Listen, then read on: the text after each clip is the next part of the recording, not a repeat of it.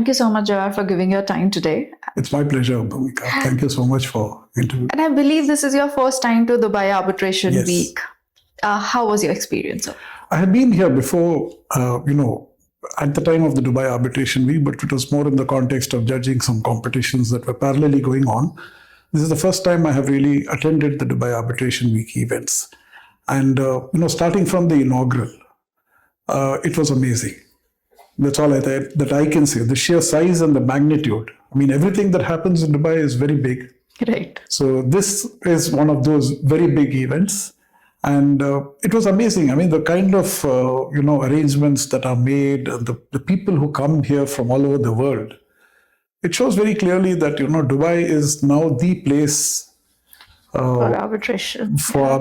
And, or any kind of business. For any kind of business or, dispute resolution, especially considering the strategic location and also the fact that, Dubai is going all out to, give the kind of facilities, the infrastructure, the technology that is there. It's really amazing. Right. And it's been a tremendous experience for me, something unforgettable.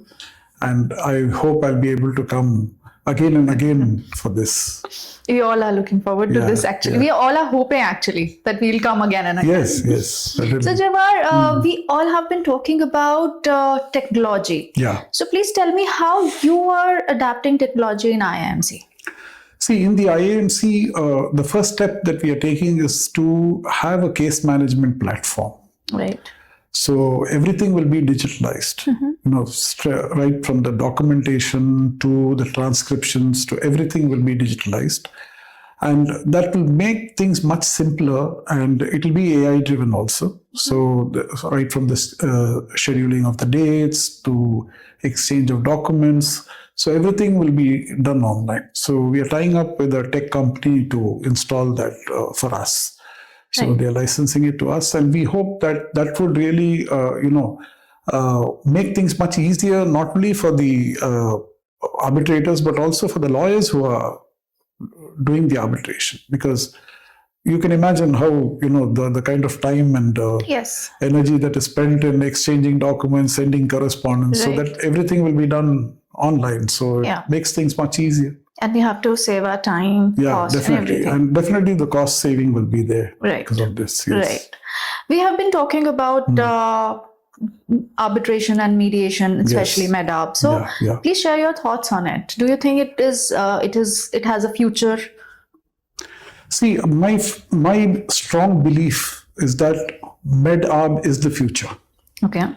Because I feel that, there are many advantages of that, which I think people should start seeing those advantages because, when you go for mediation, the whole approach is a problem-solving approach. See, when you go for any adversarial proceeding, there's a lot of fault finding that happens. Right. So even in high-stake contracts, you have to prove the other side to be wrong in order to gain something. But that should not be the approach because you're there to make money, right? Right. You are there to have a good deal, to use Mr. Donald Trump's words. So you're there to make a deal, right? So if you want to make a deal, if you want to have a good outcome of your dispute, then the best way is to sit across the table and talk to each other. And obviously, because, you're in a conflict situation, the presence of a mediator helps. So if you have these MEDAB clauses, what happens is, especially under an institutional framework. So if you, for example, you have an IAMC clause in your contract, which says that you first go for mediation, and then if that fails, you go for arbitration. Now what happens in the mediation is, three things can happen. Either you reach a settlement, in which case your dispute is over, right? The next thing that can happen is some of the disputes may get resolved. Right. Okay. So when you go for arbitration, you're going only on those that are not resolved. So for those that are resolved, you have a settlement agreement. The third thing that can happen is it may fail. But if it fails, when you have the institutional clause, what happens is it seamlessly moves into arbitration. Right. So without any further delay, an arbitrator is appointed or the arbitral tribunal is constituted because it's totally institutionalized. So you have given the institution the authority to appoint the arbitrators. Of course, what we do is we give a choice to the parties. We have a panel of arbitrators. We have a panel of mediators too. So we give a choice to the parties to choose. And if you're not able to choose, if you're not able to agree upon, we appoint. The institution appoints the arbitrators. And then it goes seamlessly into the arbitration. Now, there's a fourth advantage also. Because when you go into arbitration, after you have gone through the process of mediation, you are substantially narrowing the scope of the disputes, even if there is no settlement, because you come out with a lot of clarity as to where you stand, where the dispute stands, and what is it that you can really fight for, and what is it that you're really trying to achieve through the arbitration. So that clarity can be very helpful in, streamlining the arbitral process itself and giving you the kind of, giving you the clarity as to what are you looking for really. Right? Right. Yeah. So the dissatisfaction is much lesser. I have one follow-up question on this, that in India, we have a litigating mind. Yes. Right. So the chances of mediation to be successful are 0.1%. Yes. Because we would want to see what other form of dispute resolution can help us. So what is your thought on this? Right.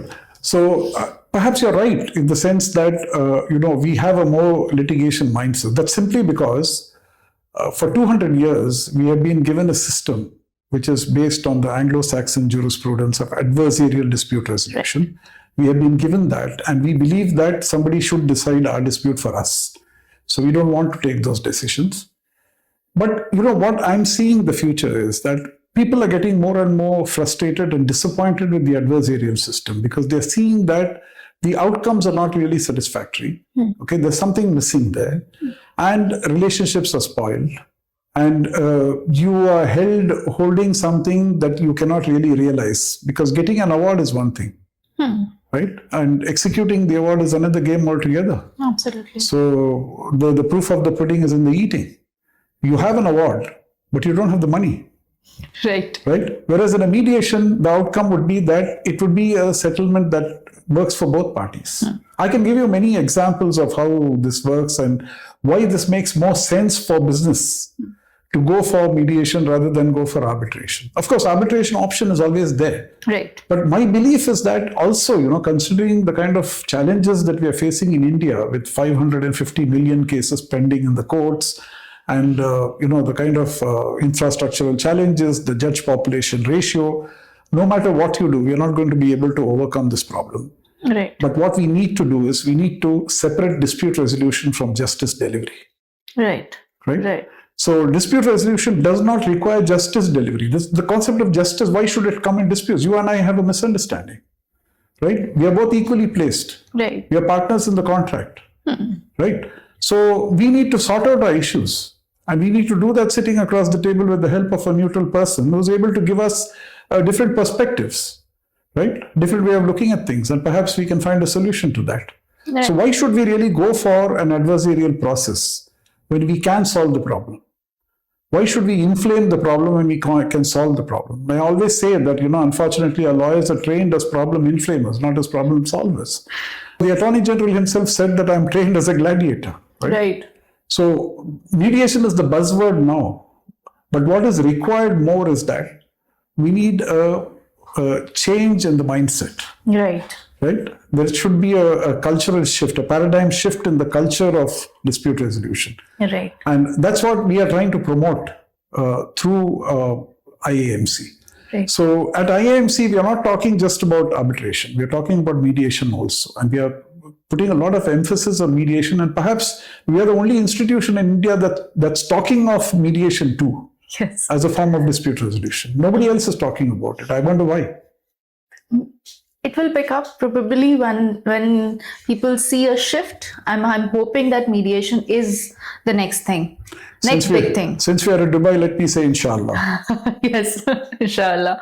But thank you for explaining this so beautifully. My last question. Yes. If you have to define Dubai Arbitration Week in one word. Mind-blowing. Lovely. Thank you so much, Jawad.